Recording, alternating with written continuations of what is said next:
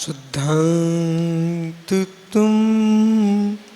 जगदीकसारं सम्प्रापितागाधिववादिपारं धृतानन्तिशिवोदिभारं समाधिसारं विरुडुमिसारं नमोरियन्ताणं नमो सिद्धाणं नमो आर्याणं नमो ध्यायाणं नमो लोय सौविसावूढम्।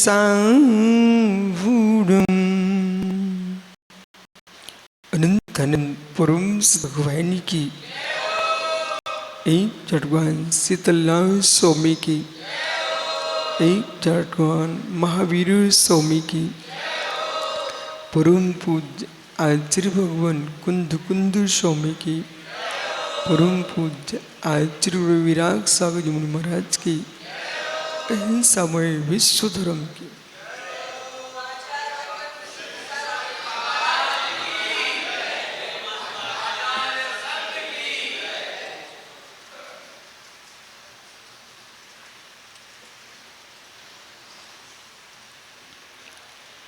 भवबंधु अंतिम तीर्थ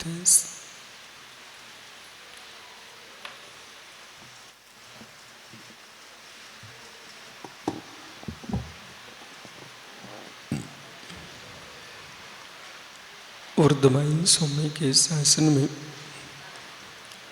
हम सही विराजते हैं। तीर्थंकर जिनेन्द्र की पीयूष देशना जिनेन्द्र भाड़ी मनुष्य जगत कल्याणी है। ये सर्वज्ञ शासन नमोस्तु शासन जयवंतो विद्राग श्रवण संस्कृति। भगवत अरहत परमेश्वर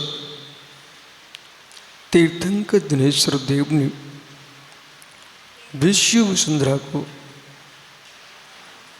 वस्तु के वस्तु का सत्याद्भुत प्रदान किया है। यह जीव बहुत विचार कर रहा है, पर विचार करते करते सोचता है बहुत कुछ कर लूंगा, लेकिन अंत में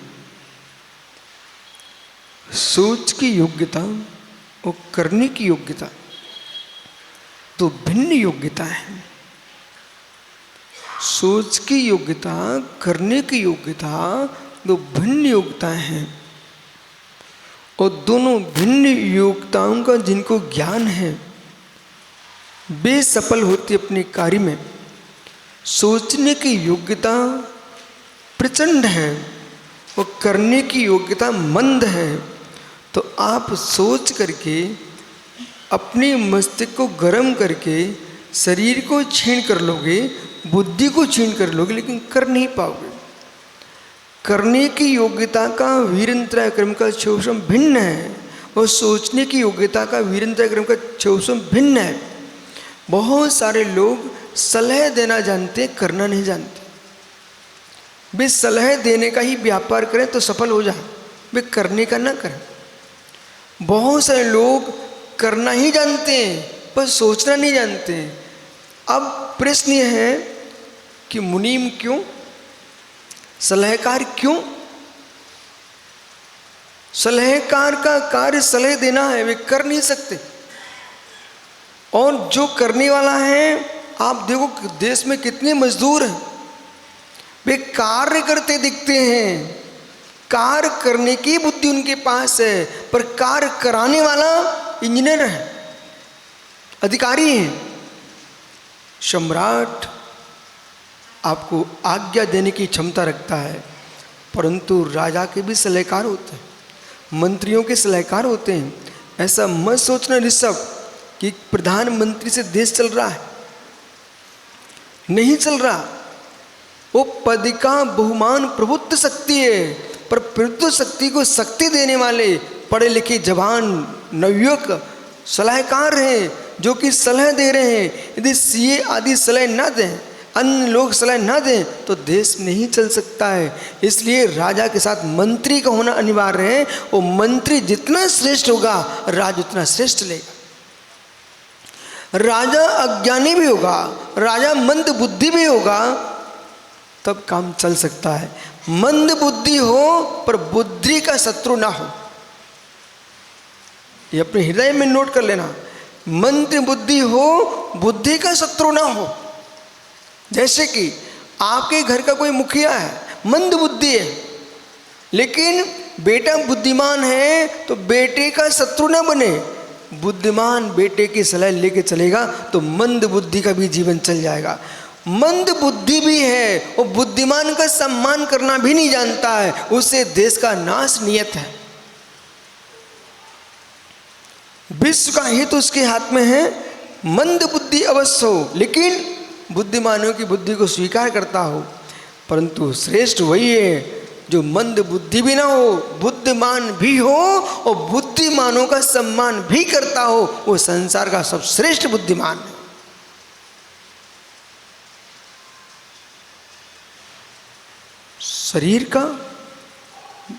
शरीर का निर्बल इतना महत्वपूर्ण नहीं है, बुद्धि का निर्बल महत्वपूर्ण है। जो बुद्धि के निर्बल हैं, वे समाज में, देश में, राष्ट्र में भार हैं। जो बुद्धि के निर्बल हैं, एक घर में एक मंद बुद्धि बालक जन्म ले ले तो पूरे परिवार को सेवा करना पड़ती, नहीं करना पड़ती। तो मित्र, बुद्धि का मंद होना, इसलिए ऐसा काम करो आज से ही ऋषभ, अभी से। तुम जैन हो, भारतीय हो, कर्म सिद्धांत को मानने वाले हो। मैं अपनी बुद्धि ईश्वर के हाथ में नहीं दिए हूं कि ईश्वर की इच्छा से मुझे बुद्धि मिलेगी।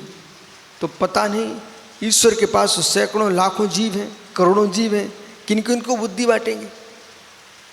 तो पराधीन हो जाएगा। कब तुम्हारा नंबर आएगा? ये तो राशन की दुकान हो जाएगी। कब तुम्हारा नंबर लगाएगा? कार्ड लगे पहुंच गए हो। ऐसे ईश्वर के पास तुमको कार्ड लगाना पड़ेगा। समझ में आ रहा है कि नहीं? तो बुद्धि के लिए कार्ड लगाना पड़ेगा। नहीं, ये हमारी बुद्धि पराधीन नहीं है।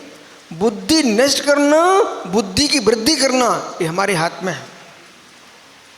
यदि वर्तमान में काम, क्रोध, मान, माया, लोभ कसाएं मंद हैं और श्रुत का अभ्यास, बुद्धिमानों का सम्मान, गुरुजनों का सम्मान, जिनवाणी का बहुमान और मित्र बड़ों का सम्मान और ऋजु परिणाम तुम्हारे अंदर हैं, बुद्धि का विकास होगा। कितना ही बड़ा बुद्धिमान हो संतोष, कितने बड़ा बुद्धिमान हो, एक क्षण में अहंकार में डूब जाए, काम में डूब जाए, क्रोध में, मान में, लोभ में डूब जाए, विश्वास मानिए उसकी बुद्धि क्षरण होती है।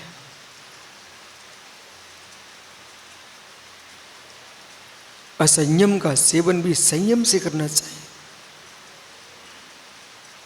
उम्र के पहले बुढ़ा होना हो, असंयम में लग जाए।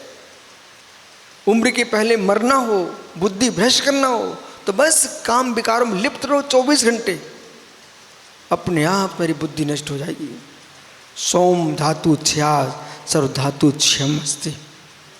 सोम धातु के क्षय होने से सारी धातु का क्षय हो जाता है। बुद्धि का क्षय, सूक्ष्म शक्ति समाप्त, विचार समाप्त, श्रेष्ठ वक्तव्य तुम्हारा समाप्त। जिन्हें श्रेष्ठ वक्ता बनना है उन्हें ऋषभ खटाई से बचना चाहिए। श्रेष्ठ वक्ता बन के जीना है, खटाई से बचना चाहिए, मिर्चों से बचना चाहिए, और मित्र, वासनाओं से बचना चाहिए। जितना ब्रह्मचर्य का दृढ़ संकल्पी होगा, उसके वचनों में ओज होगा, वीर होगा, चेहरे पे चमक होगी, और मालूम उसकी वाणी का प्रभाव पड़ेगा। चारित्रहीन की वाणी का प्रभाव नहीं पड़ता, आस्थाहीन की वाणी का प्रभाव नहीं पड़ता। जो व्यक्ति वक्तव्य दे रहा है, उस वक्तव्य के वाच्यार्थ पर स्वयं ही विश्वास नहीं है, उसका दूसरे पर क्या प्रभाव पड़ेगा? जिसका कथन किया जा रहा है उस पर विश्वास होना चाहिए। तुम्हारा वाच्यार्थ क्या चल रहा है, अभिप्राय क्या है, अभिप्राय के अनुकूल प्रवृत्ति भी होना चाहिए और प्रवृत्ति के अनुकूल अभिप्राय भी होना चाहिए। कभी कभी संजय अलवर प्रवृत्ति अच्छी दिखती है, अभिप्राय अच्छा नहीं होता। ऋषभ, ऐसे लोग मिलेंगे आपको, बच के रहना। प्रवृत्ति प्रशस्त है, अभिप्राय प्रशस्त नहीं है। वे आएंगे आपको जय जिनेंद्र करेंगे, वे आएंगे आपको भोजन का पूछेंगे, वे आएंगे आपके सम्मानों में साल 2 साल लेके आएंगे, लेकिन पीछे से मित्र कह देंगे इसको टिकट नहीं देना है। तुम फर्श बिछाते रहो नेताओं के, माइक पकड़ते रहो, पर टिकट कभी नहीं मिलेगा। अब देखिए, सम्मान मिल रहा है, प्रवृत्ति सम्यक है, लेकिन अभिप्राय ऐसा नहीं हुआ तुम्हारे साथ। समझो मित्र, चेहरा पढ़ना भी सीखना चाहिए।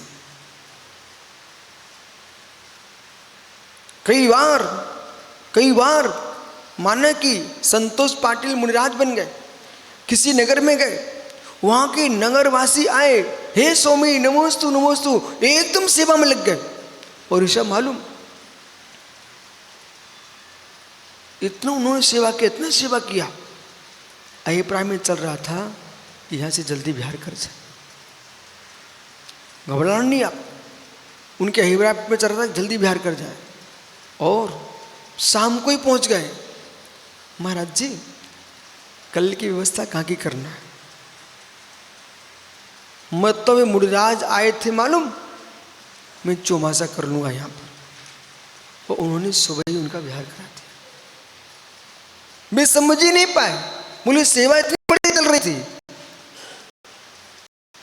इसलिए जब आप मुनिराज बनोगे ना, तो आगम तो पढ़ना, साथ में सब पढ़ना भी सीखना, समाज तो पढ़ना, लोगों से पढ़ना भी सीखना, और मित्र स्वयं को भी पढ़ना सीखना। स्वयं का भी अध्ययन होना चाहिए। आज ही आप आए इचलकरंजी जी, वो आपने देखा यहाँ कोई आया ही नहीं हमारे पास, और आप निकल गए। जिस भी नए गांव में जाओगे, लोग पहले आपको सुनेंगे, समझेंगे, पहचानेंगे, तब तुम्हारे पास आएंगे। और आपने तो निर्णय कर लिया, नहीं नहीं नहीं, कोई आया ही नहीं है, आगे निकल गए। मालूम चला तुम पूरे साल भर घूमते रहे, किसी गांव में तुम्हें रुकने को नहीं मिला। हर विषय का ज्ञान होना चाहिए। प्रज्ञा जिसके पास प्रशस्त है, वह विश्व का राजा है। जिसकी प्रज्ञा मंद है मित्र, वो अपने नौकर का भी नौकर है। समझो मैं क्या बोल रहा हूं पाटिल जी, वो नौकर का भी नौकर है। ओह, नौकर का भी नौकर है स्वामी, लेकिन नौकर का भी नौकर। कैसे नौकर का नौकर? भैया पटौदी जी, नौकर का नौकर कैसे हो गया? माना कि आप अपने घर के स्वामी हो, अधिकृत मालिक हो, लेकिन आपके पास फैक्ट्री है, मशीनें हैं, बहुत कुछ है। आपका नौकर कहता है, सेठ जी ऐसा ऐसा करना है। तुम्हारी बुद्धि उतनी चल नहीं रही, पूरा सेठ जी को अपने अनुसार चला रहा है। सेठ जी समझते हमारा नौकर है, मैं इसको वेतन देता हूँ, पर सत्य है उसकी बुद्धि से तुम काम ले रहे हो, पर वो अपनी बुद्धि से तुमको चला रहा है, तुम उसकी बुद्धि के नौकर हो। नहीं आया समझ में? नहीं आया समझ में? भले राष्ट्रपति हो, प्रधानमंत्री हो, मुख्यमंत्री, कोई बड़ी पोस्ट का अधिकारी नेता हो, आपको स्वीकार करना पड़ेगा कि आप अपने सलाहकार की बुद्धि के नौकर हो। स्वीकार करने में अहंकार नहीं करना चाहिए। स्वीकार करने में अहंकार नहीं करना चाहिए। यदि आपके भी कारखाने में कोई आपका नौकर सलाह दे रहा है, तुम्हारा धन संग्रह का पुण्य है, पर संग्रह वृत्ति में सहयोग करने वाला तुम्हारा नौकर है। बराबर बराबर। हर क्षेत्र में अब आपको धीमे धीमे चलना है, मोक्ष मार्ग में आप पाए। साधना करने के लिए तुम्हारे पास बल है, साधना स्वीकार करने के लिए तुम्हारे पास बल है, पर साधना कैसे से करना चाहिए ये बुद्धि नहीं है, तो आपको किसी गुरु का आलम्बन लेना पड़ेगा।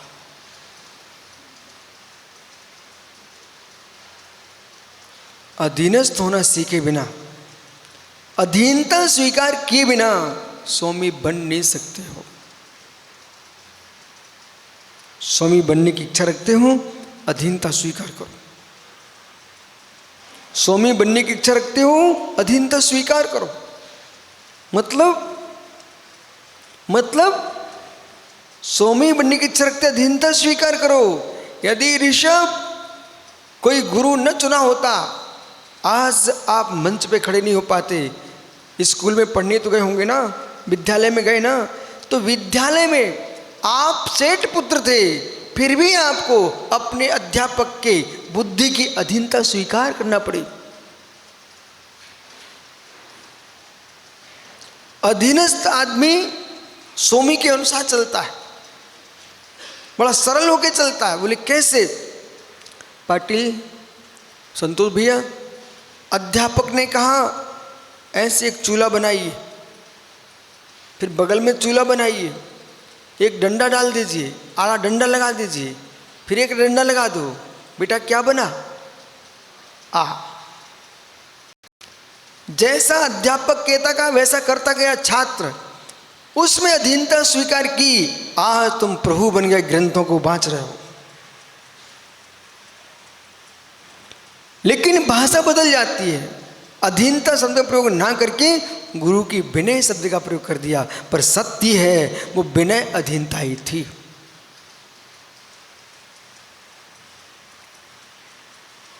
ऋजु हुए बिना, ऋजु हुए बिना, लघु हुए बिना प्रभु बनने की सामर्थ्य किसी के हाथ में। देखो डंडी से मिलो आप, मुर्राज अपने हाथ में लिए रहते, सब कुछ छोड़ दिए, इस डंडी को पकड़े, पिच्छी की डंडी को। बोले क्यों? इतना मात तो इसका कैसे बढ़ गया?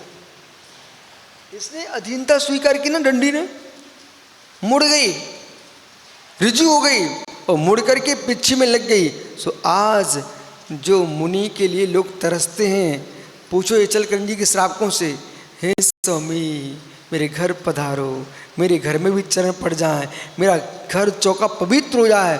वो मित्र कितने प्रणाम विशुद्ध हो रहे हैं श्रावकों के, हे स्वामी एक सिर पे हाथ रखो, मुझे आशीर्वाद मिल जाए। लोग तरसते हैं, सिर पे हाथ रखो आशीर्वाद मिल जाए, वे डंडी से लिए पकड़े घूम रहे महाराज।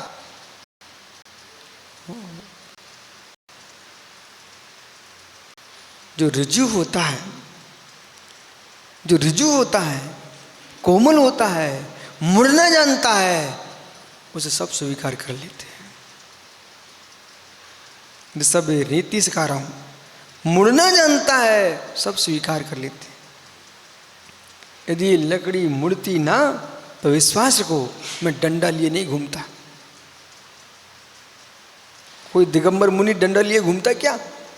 सच्चा भावलिंगी मुनि अस्त्र शस्त्र डंडे मंडे से दूर रहता है। यही तो जैनत्व की पहचान है।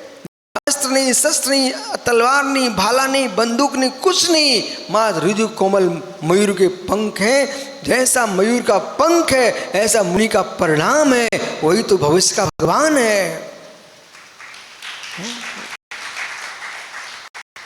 मुड़ना सीखो, मुड़ना सीखो, मुड़ना सीखो।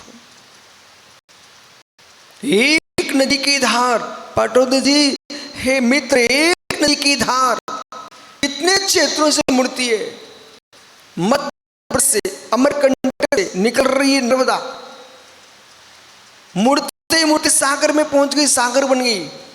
पूरे मालूम मध्य प्रदेश से महाराष्ट्र, महाराष्ट्र से गुजरात, और गुजरात से समुद्र में जाके पहुंच गई। मालूम है आपको, नर्मदा नदी सीधी समुद्र में मिली हुई है। कितनी मुड़ी, कितनी मुड़ी। गंगा से मिलो, जो विशाल होता है मुड़ना जानता है, जो विशाल होता है मुड़ना जानता है, उसमें अनेक मिल जाते हैं। एक गंगा में कितनी नदियां हैं। जो हमारी प्राचीन आगमिक गंगा है उसमें 14,000 सहायक नदियां हैं। आगम में वर्णित जो गंगा है, आगम वर्णित सिंधु है, उस सिंधु, गंगा सिंधु दोनों नदियों की सहायक नदियां 14,000 नदियां हैं। विशाल हो जाओ, लोग तुमको विशाल कर देंगे। लिखो संतोष भाई, जरूर लिखो, लिखो लिखो। ओहो ज्ञानी, विशाल रहोगे तो लोग तुमको विशाल बना देंगे। तुम छोटे विशाल बनो, तुमको बड़ा विशाल बना दिया जाएगा। समझो सारस्वत जी, ये नीति पे जियोगे कभी जीवन फैल नहीं होगे। विशाल बनोगे, जगत तुमको विशाल बना देगा। समझाऊं कि समझ गए? ऋषभ थोड़ा बेटा है, मित्र विशाल हृदय कर लो भाई। 4 मेहमानों को बाहर से आए, ऋषभ ने मुस्कुरा करके सिर पर चढ़वा दिया उनका। अब समाज सोच रही है ऋषभ संचालन कर रहा है, समाज खुश है, संचालन अच्छा कर रहा है, लेकिन ऋषभ तुमने विशालता से देश के विभिन्न कोनों से आए श्रावकों से प्रेम से सिर पर चढ़वा दिया। मित्र तुमने विशालता दिखाई ना, इसका फल तुमको मिलने वाला है। तुम विशाल हो गए हो, विशाल हो गए हो। अब तुम जहाँ जहाँ भी जाओगे, लोगों ने देख लिया कि माइक पर कौन खड़ा था, संचालन कौन कर रहा था। अब तुम अलवर से निकलोगे ना, तिजारा भी गए, वो अलवारा वालों ने देख लिया, बोल भाई वही ऋषभ है जो संचालन कर रहा था, इसने सिर पर चढ़वाया था, चलो अपने गांव ले चलता हूं। तुमने अपनी व्यवस्था बना ली। जो व्यक्ति विशालता दिखाएगा, अपने घर में सूखा खा लेना ऋषभ, पर मेहमान को अच्छा खिलाना। कोई भी भूखा आदमी तुम्हारे गांव में आ जाए, सबसे पहले मंदिर के दर्शन करना, आप उसको कराना। और मंदिर में भगवान के दर्शन करने आओ ना, तो साथ में 5 मिनट ठहरना मंदिर के बाहर, और अपनी धर्म पत्नी से बोल के रखना, ये तू मेरी सच्ची पत्नी है। और घर में 5 सदस्य हैं, हे देवी 6 सदस्य का भोजन बनाना। वो कहा क्यों? बोले क्यों का उत्तर आपको मिल जाएगा। तेरा सिर दर्द नहीं करेगा, बनते भोजन में एक का और बन जाएगा, तुझे तकलीफ नहीं होगी, और अलग से बनाना पड़ेगा तो सिर दर्द करेगा। 6 का भोजन बनाना। बोले क्यों? मैं मंदिर आया और बाहर का कोई श्रावक मंदिर दर्शन करने आया। कितने लोग इस उद्देश्य से आते हैं, चल भगवान की भक्ति करेंगे, कोई भव्य श्रावक शुद्ध भोजन को बुला लेगा। और मित्र करोड़ों का दान दिया, लोग भूल जाएंगे। ऋषभ तुमने उस बाहर के श्रावक को प्रेम से कहा, अभाग्य मेरा, आप मेरे नगर पधारे हैं, मेरे घर को भी पवित्र कर दो, और तुमने उसको शुद्ध भोजन करा दिया। जीवन भर तुम्हारा नाम लेगा, जीवन भर नहीं, अगले भाव में काम में आएगा। नाले विशाल क्यों नहीं? नाले विशाल क्यों नहीं?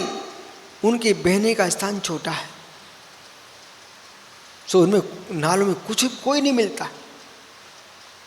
छोटी छोटी नालियां जरूर मिल जाती, पर नदियां नहीं मिलती।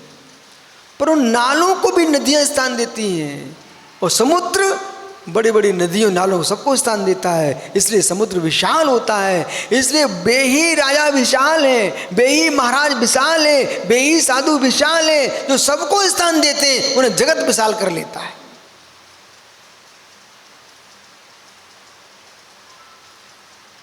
ये भी प्रवचन सुनिए आप, विशालता दीजिए। कितना विशाल जैन धर्म है।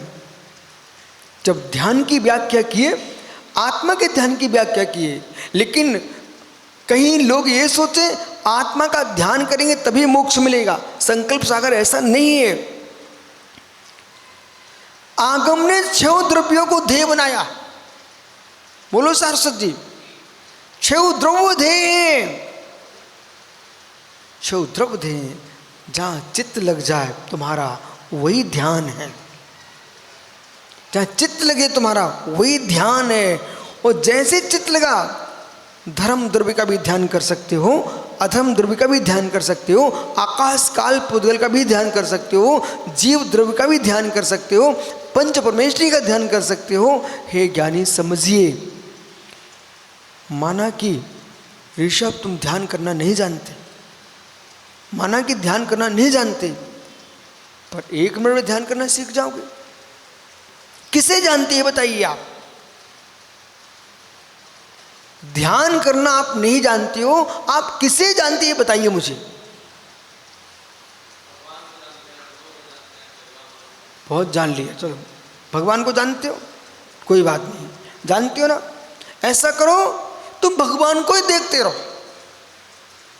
जैसे जैसे आपकी बेटे की माँ अपनी माँ के घर हो और तुमको अचानक याद आ जाए तो उसका चेहरा दिखने लगता नहीं? दिखने लगता। कम से कम सत्य तो बोलता है। हे मित्र, गहरी याद करो तो तुमको अपनी पत्नी का चेहरा दिख सकता है। ऐसे गहरी याद करो, भगवान का चेहरा दिखने लग जाए, यही तो ध्यान है। फिर तुम हटाना भी चाहो ना, वो हटता नहीं है। कितना गहरा ध्यान है। हो जैसे सासू की बिटिया को हटाना भी चाहे, वो हटती नहीं है। ऐसे मित्र, क्योंकि तुम्हें गहरे में उसको पहचाना है, ऐसे गहरे में तुम भगवान को पहचान लोगे तो भगवान आंखों से हटेंगे नहीं। यही ध्यान है। वो मालूम लोग क्या करते हैं? अंदर प्रवेश दिलाए बिना माथे पे बुलाते, सब पागल हो जाते हैं। एक एक विद्या सिखा रहा हूं, देश कहीं ध्यान के नाम पर पगला ना जाए। बहुत सारे ध्याता पागल हो गए, उन्हें ध्यान का पता नहीं है और ध्यान करने बैठ गए। अब देखना ऋषभ, वो पत्नी को सामने रखिए आप, ठीक है?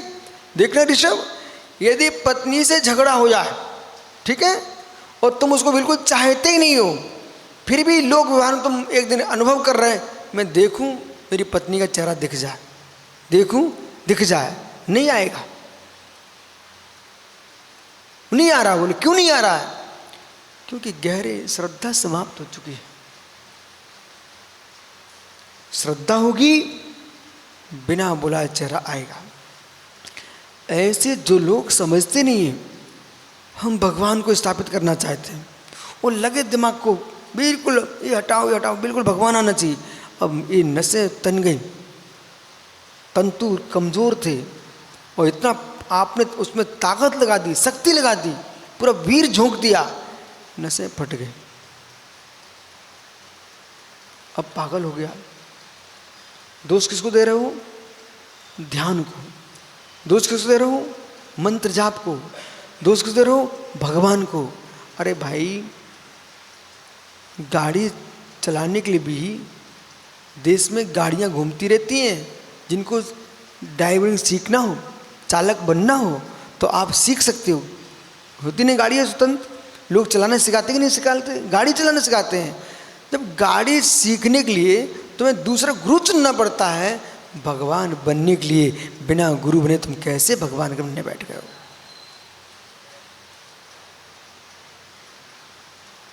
जितने पंथ बने ऋषभ, जितनी परंपराएं बनी है, बिना गुरुओं के जिन्हें ज्ञान प्राप्त किया उनने बनाई है। आचार्य कुंदकुंद स्वामी बड़े थे कि नहीं? बराबर। समंत स्वामी कितने बड़े थे? ओहो, पूरे जैनत्व की रक्षा की है समंत स्वामी ने। विद्यानंद स्वामी बहुत बड़े आचार्य हुए हैं, जिन्होंने अष्टसहस्त्री ग्रंथ का, ये दिल्ली वाले विद्यानंद नहीं समझ लेना, विद्यानंद स्वामी बहुत बड़े आचार्य हुए, अकलंक स्वामी। ओह, कैसे जगत से शासन करे, जैनत की रक्षा किए, परंतु कहीं आपको लिखा मिल जाए अकलंक परंपरा, अकलंक ने कोई पंथ बनाया हो, संबंध ने कोई पंथ बनाया हो, पूज्य पाद ने कोई पंथ बनाया हो। जो ज्ञानी लोग होते हैं वे पंथ नहीं बनाते हैं, पथ पर चलते हैं। रत्नात्रय धर्म हमारा पथ है। जो अज्ञानी होते हैं, अहंकार से भरे होते हैं, वे अपनी परंपरा बना के चले जाते हैं और उनके महाज्ञानी मिल जाते हैं, वो परंपरा को ढोते रहते हैं। जैसे मालूम कैसे? ऋषभ कैसे? बताऊं क्या? बताऊं क्या? ऋषभ कैसे? मैंने देखा जगत कितना कर्तृत्व से भरा पड़ा हुआ है। एक चींटी को देखा, वो मरी चींटी लिए ढो रही थी। चींटी को देखा, आप बरसात में देखना, चींटियों कोई काम ही नहीं है, वे मरे चींटियों को ढोते रहते बेचारे। देखा आपने कि नहीं देखा? मूंगा मूंगी तो मालूम, वो चींटियों को मड़ा पड़ा चींटा उठा करके बेचारे ढो रहे हैं। बोले क्यों? कर्तृत्व भावना। ऐसे ही मालूम जो लोग जो विषय आगम में है ही नहीं, जिनका मोक्ष मार्ग से कोई प्रयोजन ही नहीं है, ऐसी परंपराओं को ढो रहे हैं। वे मृतक चींटों के समान वे जीवित चींटे ढो रहे हैं मृतकों को, जिन कोई सहारे नहीं है। कोई 10 साल पहले हुआ, कोई 50 साल पहले हुआ। ओह, भगवान महावीर स्वामी ने क्या बोला है? कोई 100 साल पहले हो, कोई 50 साल पहले हो, उनकी परंपरा में तो डूब के मर रहे हो। भगवान महावीर ने क्या कहा, उस पर चलिए। मैं थोड़े मानने वाला हूं सारस्वत की परंपरा, कभी नहीं मानूंगा। भगवान ने क्या कहा है?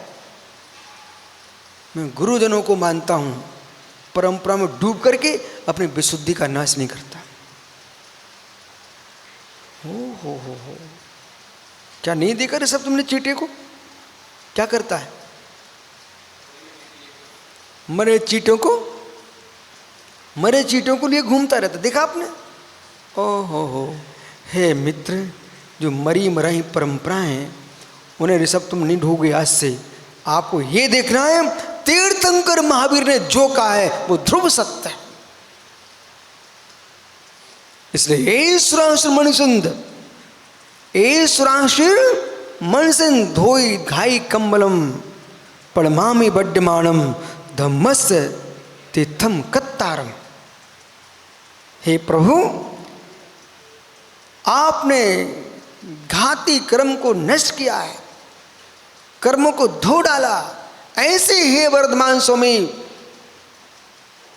धर्म तीर्थ के आप करता हो, आपके धर्म तीर्थ को स्वीकार करेंगे तो हम स्वयं धर्म बन जाएंगे और मृतकों जैसे चीटा बन के परंपराओं को ढोंगे तो मेरे मित्र मृतकों को ढोने वाले ही कहलाएंगे। प्रश्न है, निश्चय ने की व्याख्या किसने की?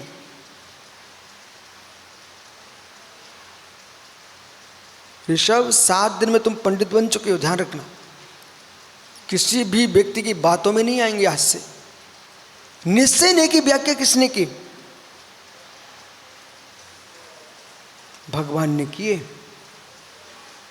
व्यवहार ने की व्याख्या किसने की? भगवान ने किए। दो ही ने, द्रव्यार्थिक पर्यार्थिक। द्रव्यार्थिक पर्यार्थिक। द्रव्यार्थिक ने कि नैगम संग्रह व्यवहार, ये द्रव्यार्थिक के भेद हैं, उनकी शाखा उपशाखा है। और निजसूत्र, शब्द समरूढ़ एवं भूत, ये किसकी शाखा है? ये ऋषसूत्र पर्याय की शाखा है। ठीक है ना? अब माना कि ऋषभ आया, वो वक्तव्य देके चला गया, वस्तु निश्चय भूत है, तो संतोष पाटिल ने ऋषभ को पकड़ लिया अपना गुरु बना करके। बस ये निश्चय की बात तो पाटिल जी कह रहे कि हमको ऋषभ ने सिखाई है। ऋषभ तीर्थंकर नहीं, ऋषभ नाम के व्यक्ति ने। ओ मित्र, हम में आप में ऋषभ इतना ही अंतर है। मैं मूल आचार को देखता हूं, आप वर्तमान के लोगों को देख रहे हो।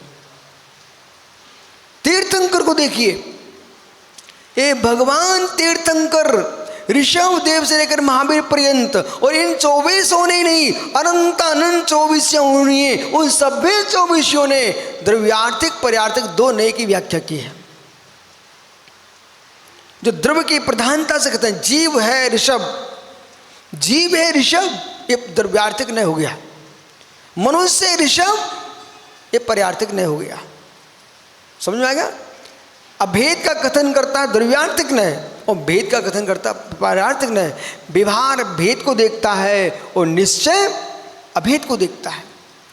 इसलिए अब माना कि वर्तमान में 10-50 वर्ष पूर्व पाटोदी जी के काल में एक विद्वान हो गया, उसने व्याख्यान किया निश्चय दृष्टि से, तो लोगों ने क्या समझ लिया, ये संपूर्ण निश्चय की व्याख्या अमुक व्यक्ति ने की है। अरे मित्र, जिस पर तुम व्याख्या सीखे हो वे कुंद कुंद स्वामी है।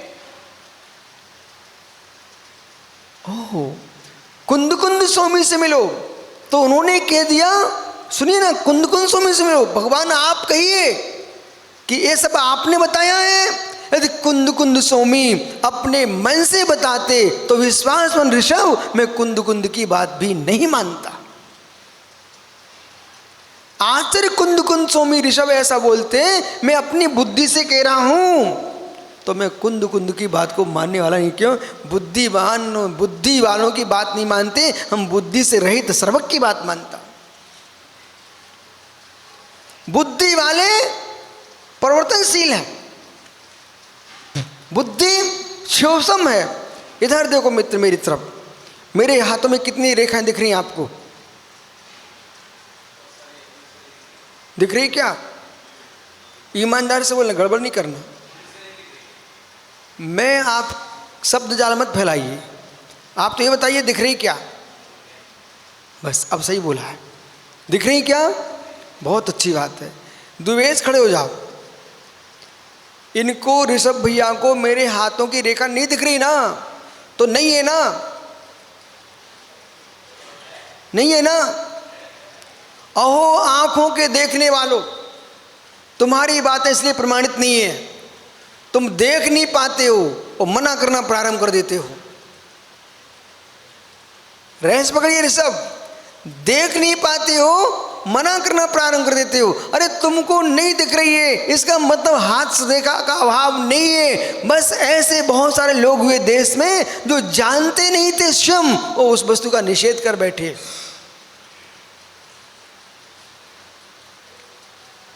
ये तो मेरे पास आइए या दृष्टि को बढ़ाइए, या तो पास आइए या दृष्टि को बढ़ाइए, अथवा जो पास में देख रहा है उससे पूछिए।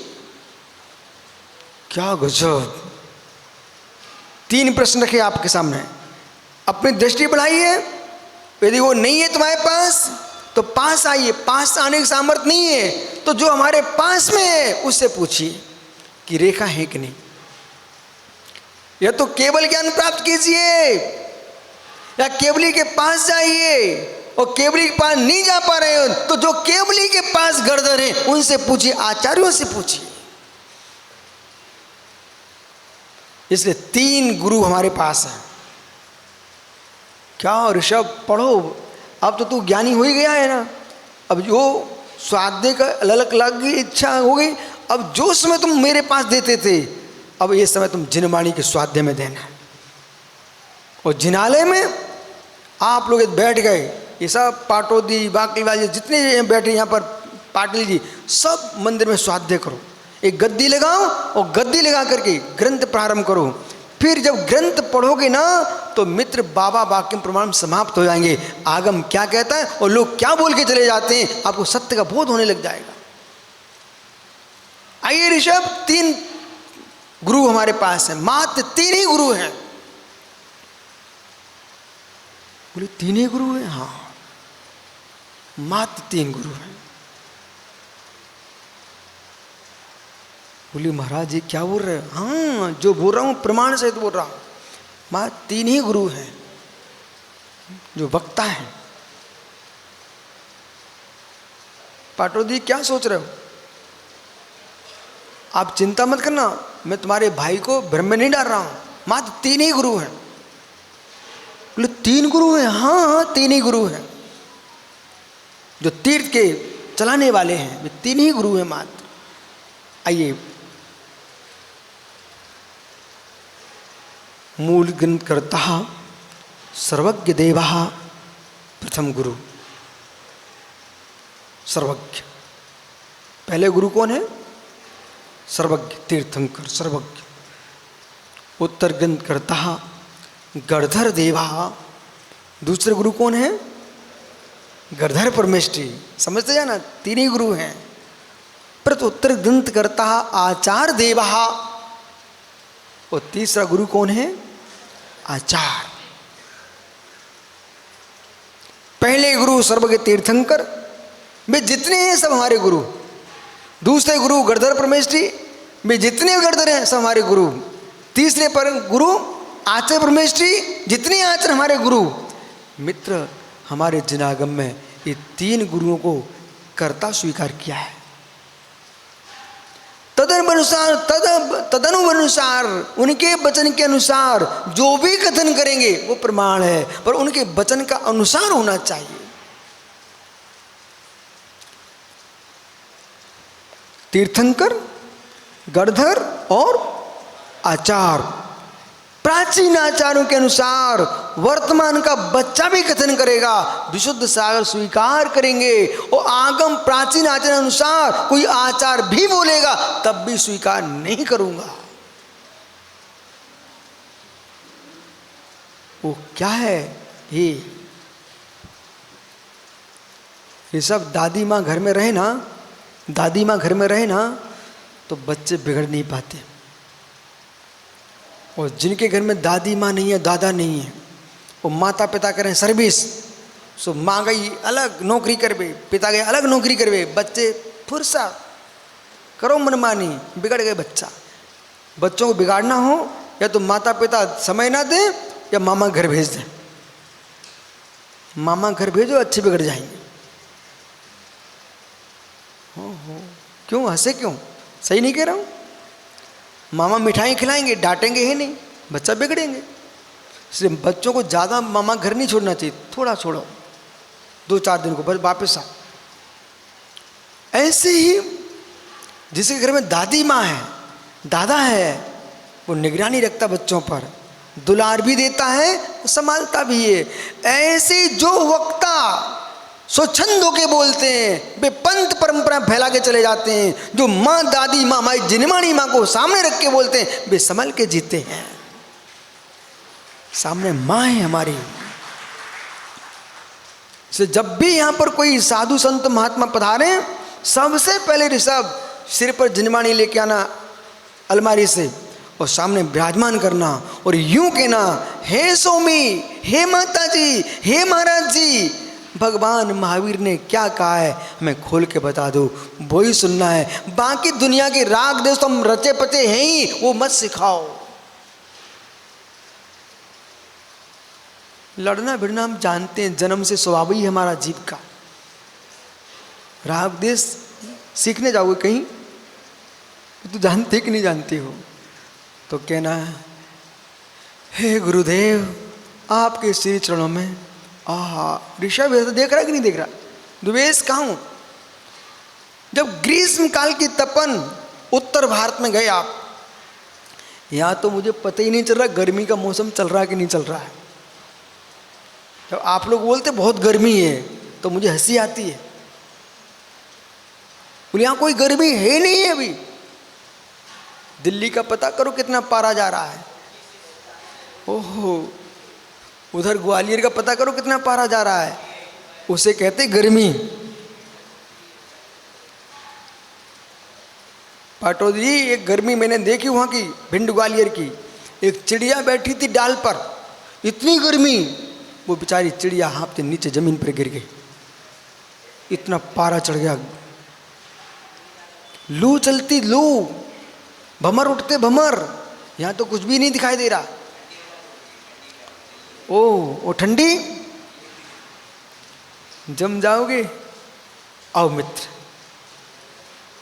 तो ज्ञानी राग देश की लू, राग देश की लू। ओ मित्र ऋषभ भैया, सुनना मैं क्या बोल रहा हूं। अब आप गए दिल्ली साइड, उत्तर प्रदेश, मध्य भारत की ओर, वहाँ लू चल रही थी और कोई तुम्हारा परिचित था नहीं। एक बट का वृक्ष था, विशाल, बड़ी मीठी मधुर छाया होती कि नहीं बट वृक्ष की।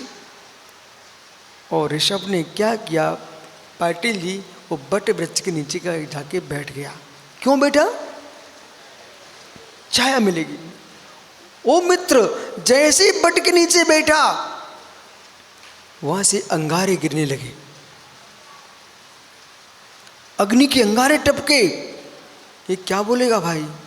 हे ईश्वर, हे परमात्मा, ये क्या हो गया?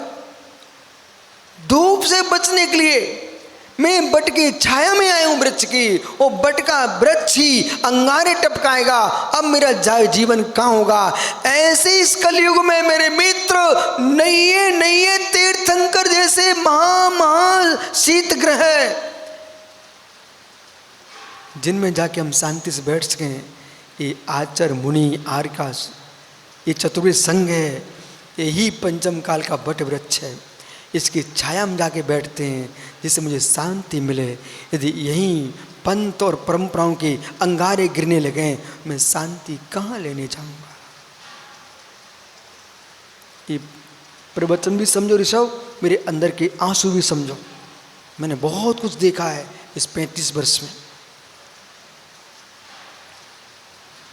पंथ परंपराओं राग में एक साधक को ऋषभ ऐसे जिनवाणी कुंद कुंद के ग्रंथ ऐसे फेंक दिए जमीन पर। मेरी आंखों में आंसू, मात्र फोटो के चक्कर में। ग्रंथ में कोई आचार्य के फोटो छपे थे, ऐसे जमीन पे फेंक दिए। मैं उठा, भरे मंच से लाखों की भीड़ में उतरा मैं। लोग देखते रहे, विश्वसार खड़े हुए आश्चर्य कर रहे थे। मैं एक एक ग्रंथ उठाया, आंखों में आंसू टपकाते उठा लिए और सिर पर रख करके मैं अपने पास रख लिए।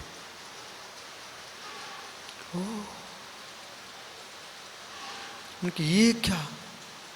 अरे जिससे द्वेष था उसे द्वेष कर लेते। माँ भारती तुमने यूं फेंक दिया। तो मैंने देखा, मैंने सबसे बोल के रखा, तुम अपने गुरु को गुरु मानना, लेकिन हमारे राग में दूसरे किसी संघ की अवहेलना मत करना। कोई मुनि की, कोई आर्का की, कोई की अवहेलना मत करना। तुम्हारे गुरु तुमको पसंद है, दूसरों को अपने गुरु पसंद है, लेकिन अवहेलना नहीं करना। तब ऐसे ग्रंथ फेंके, मुझे लगा ओ राग ओ दोष, भगवान वीर हिमाचल से निकसी, गुरु गौतम के मुकुंड धरिए। ये बाग गंगा जिनवाणी हमारी थोड़ी है, ऋषभ की थोड़ी है, वीर हिमाचल से निकली। कहां से निकली है? ये वीर हिमालय से निकली जिनवाणी अम्मा है हमारी, उसे तुमने यूं फेंक दिया। बाद में उनको पश्चाताप हुआ तो दूसरे दिन उन्होंने मेरे पास को साधु भेजे, बोले विश्वसार को बोल के आओ, गलती हो गई। मुझे गलती नहीं, कसाय हो मानता हूँ, मनुष्य कसाय आ सकती है, पर इतना विवेक होना चाहिए जिसके बल पर तुम्हारी मुद्रा है, जिसके पर पूरा शासन है। जिनवाणी ने तो जिन शासन नहीं बचेगा, उस आगम तुमने यूं फेंक दिया। कहाँ? पैरों में। कभी ऐसा नहीं करना, कभी ऐसा नहीं करना। आगम नहीं तो क्या बचा हमारे पास? इसलिए आप देख रहे हैं ना, मैं सबसे दूर रहता हूँ। प्रत्येक देश के मुराद की मैं सेवा भक्ति करता हूँ, मिले सबसे मिलता हूँ, पर मिलता किसी से नहीं हूँ। क्यों? जितना अधिक मिलोगे राग द्वेष बढ़ेगा, पर मिलोगे नहीं तो द्वेष अपने आप दिखता है। बराबर? तो आगम क्या कह रहा है देखो, रेखा है कि नहीं है? नहीं है ना? इसलिए जो आंखों से देखते हैं, इंद्रियों से देखते हैं, उनको प्रमाण नहीं मानते। जिन शासन कहता है आगम साहू चक्षु, आगम चक्षु साहू, साधु का नेत्र ऋषभ आगम होता है। इंद्रियां संसारी जीवों का नेत्र है, अवधि ज्ञान देवों का नेत्र है, और केवल ज्ञान अरहंत सिद्ध का नेत्र है। गाथा सुनिए, कुंद कुंद स्वामी लिखी प्रवचन सारजी में। आगम चक्षु साहू इंद्रिय चक्षु सबू दाड़ी, देवा ओई चक्षु सिद्धापुण सबदो चक्षु। अच्छा लगा, कितनी मीठी गाता है। आगम चक्षु साहू, हे मुनिराज आप आंखों से देख के एरिया पर चलिए, सम्मतियों का पालन कीजिए, लेकिन श्रद्धा तुम्हारी इंद्रियों से नहीं होगी। आगम चक्षु साहू, साधु का नेत्र आगम होता है, देवों का नेत्र अवधि ज्ञान होता है, और केवली का नेत्र केवल ज्ञान होता है। सिद्धों का नेत्र केवल ज्ञान है, बराबर अब है। इसलिए तो स्वाध्याय करोगे भैया, स्वाध्याय करोगे ना भैया, मान ले मेरी बात, करोगे ठीक 10 मिनट। अरे मैं तो 1 मिनट में ही खुश हो जाता, तूने बहुत ज़्यादा नियम ले लिया। ठीक, आज से ऋषभ ने 10 मिनट का स्वाध्याय का नियम लिया है। अच्छा किया कि बुरा किया? अच्छा किया। ऋषभ कोशिश ये करना,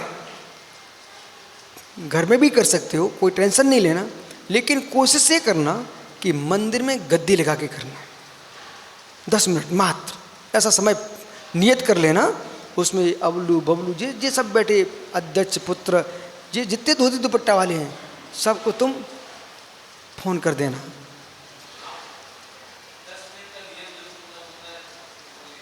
हैं? हाँ, 10 मिनट स्वाध्याय करना, बराबर। बहुत बढ़िया, बहुत बढ़िया है। नहीं, ऐसा नियम नहीं ले रहा है। उसका नियम जब तक इचल करंजी से बाहर जाएंगे तब दर्शन करने आएगा। चलो आओ, ठीक है ना? 10 मिनट का स्वाध्याय करेंगे। बहुत अच्छा किया। अरे सास बताना नहीं है, मैं आपको देता हूँ। सुब्रत सागर एक ग्रंथ देना भाई को।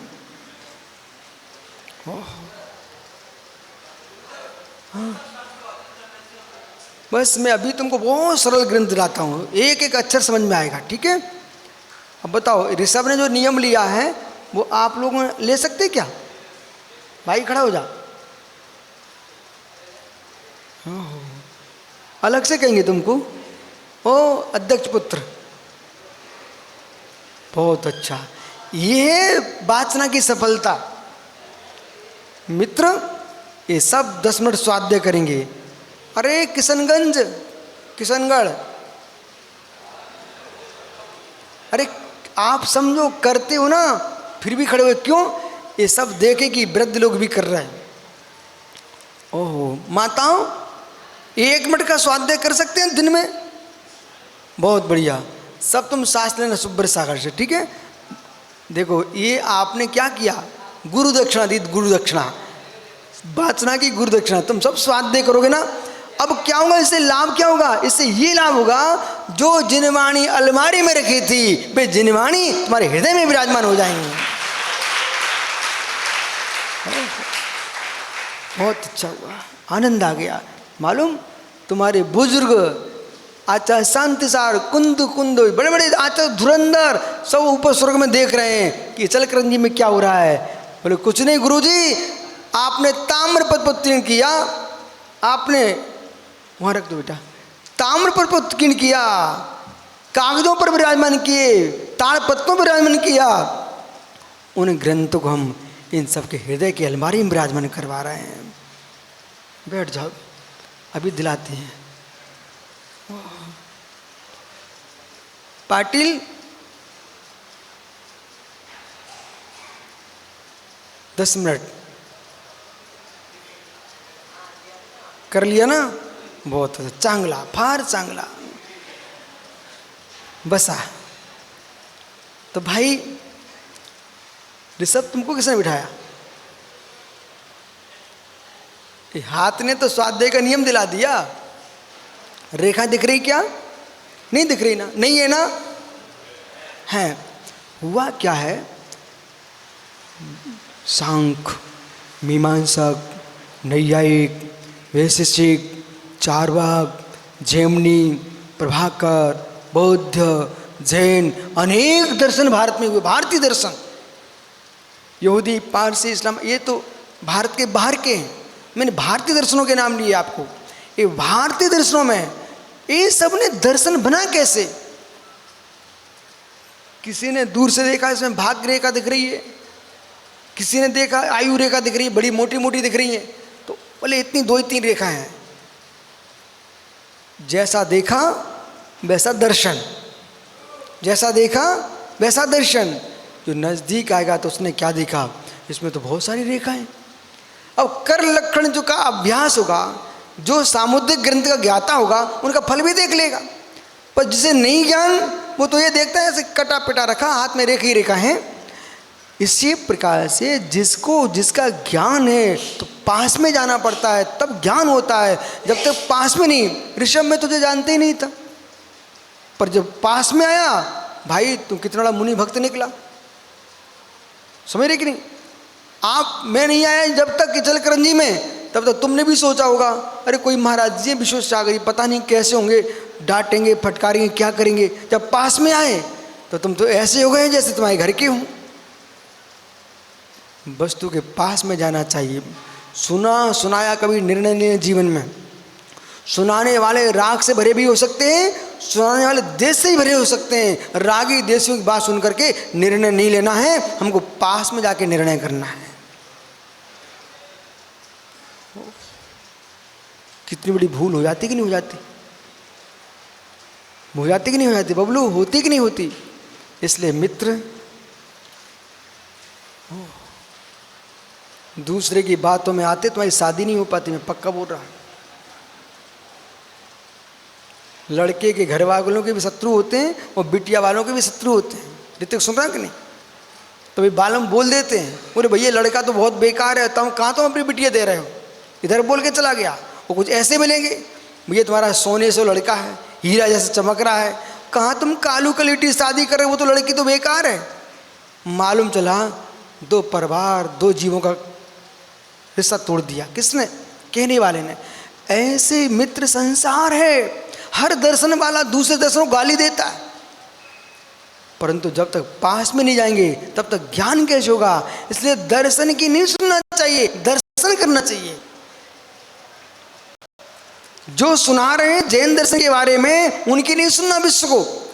तुमको जैन दर्शन के बारे में जानना है, तुम्हारे सारे विश्व के लोगों से कहना है जैन दर्शन के बारे में जो कुछ बोल रहे हैं उनकी सुन के जैन दर्शन को मत मानिए। आप एक बार जैनी के पास आके देखो जैन धर्म क्या है। सारे विश्व को लोग अपने अपने संप्रदाय को मानते हैं और जैन दर्शन विश्व का कल्याण देखता है, हर व्यक्ति को मानता है।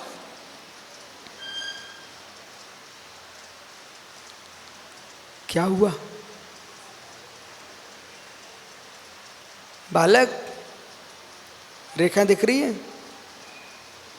नहीं है? इसलिए हमारे यहाँ मूल ग्रंथकर्ता सर्वज्ञ देवा जो आंखों से नहीं केवल ज्ञान से देखते हैं, उनके अनुसार जो जो कथन है वो प्रमाणित है, और जो उनके अनुसार नहीं बोलता वो प्रमाणित नहीं होता। इसलिए आज बहुत खुशी की लहर है पूरे इचलकरंजी में। इन युवाओं ने स्वाध्याय का नियम लिया है, और स्वाध्याय जिसने कर लिया, अब मान के चलो समाज का ज्ञान भग गया। अखंडता फैलेगी, अखंडता। खंड खंड अज्ञान से होते हैं, ज्ञान वही है। ओ किशनगढ़ दादा, ज्ञान वही है जो खंड को अखंड कर दे। वो ज्ञानी नहीं है, ज्ञान नहीं है जो जुड़ी समाज को तोड़ दे। ज्ञान कौन है? भेद में अभेद के दर्शन कराइए, भेद में अभेद देखिए, अभेद को भेद मत कीजिए। भिन्ना भिन्न देखिए, शाद भिन्न शाद अभिन्न, भिन्ना भिन्न कथंचना। वस्तु भिन्न भी है अभिन्न भी है, परंतु अलग नहीं है। नाक है, नाक है, कान है, हाथ है, पैर है, शरीर है। मित्र, नाक कान है क्या? नाक कान है क्या? कान नाक है क्या? भिन्न नहीं है क्या? भिन्न है। क्या शरीर से भिन्न है? इस शरीर से भिन्न हो गए तो बचोगे क्या? इसी प्रकार से स्यात् भिन्न स्यात् अभिन्न। वस्तु कैसी है? भिन्ना भिन्न कथंचनाम। हम भिन्न भी हैं अभिन्न भी हैं। मुनिराज के बिना श्रावक धर्म नहीं पलता, श्रावक के बिना मुनि धर्म नहीं पलता। इसलिए अभिन्न भी है भिन्न भी है। ओह, ऐसा सम्यक कथन करना जीवन में और हमारे अखंड विश्व को एक बना के रखना। सब तुम्हारे द्वारे पर झाड़ू लगाने आता है ना, उसका भी अनादर नहीं करना, वो भी तुम्हारे घर को स्वच्छ करता है।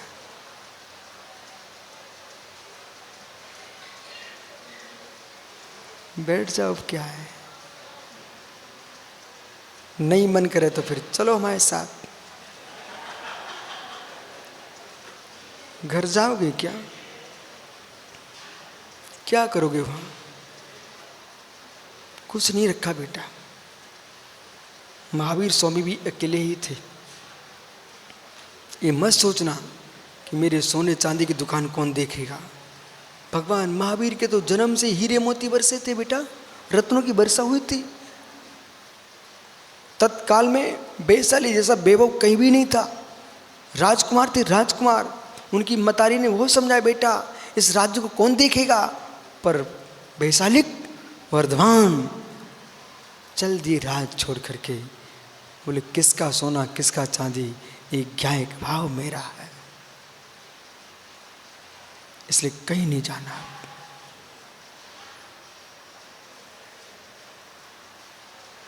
ये रखे श्रीफल। पिच्छी भी तैयार है, कंडवली तैयार है, जिनवाणी भी है, और आहार देने वाले श्रावक भी खड़े बाहर, सब चौके पड़गान कर रहे हैं। परंतु कुछ नहीं तुझे करना, मात्र परिणाम संभालना है। बैठ जा। कल फिर आओगे? अध्यक्ष पुत्र, ये पारसनाथ का अध्यक्ष दिखता ना तो ऋषभ कहता मेरा शत्रु आ गया। मतलब क्यों? बोले महाराज जी को ले जाएगा इसलिए। लेकिन शत्रु ने, भाई इसको बुलाओ, श्रीफल दे देना। बोले जरूर पधारना है। बहुत अच्छा, आनंद आ गया। अल्प दिनों के अंदर हृदय बदल जाना, यही तो प्रवचन है। मां, पूरे क्षेत्र में देख रहा हूं काली मिट्टी दिखती है, और एक पानी की बूंद पड़ जाए तो एकदम कैसी हो जाती है मालूम? रुजू। जब पानी की बूंदें काले खेत की मिट्टी को मुलायम कर देती हैं, तो जिनवाणी की बूंदें काले हृदय को मुलायम ना करें तो मेरे मित्र जिनवाणी कैसी? शाम को मिलेंगे, ठीक है? आत्मा स्वभावम पुरीभाव भिन्नम, आत्मा स्वभावम पुरीभाव भिन्नम। आत्मा का स्वभाव पर वह भिन्न महावीर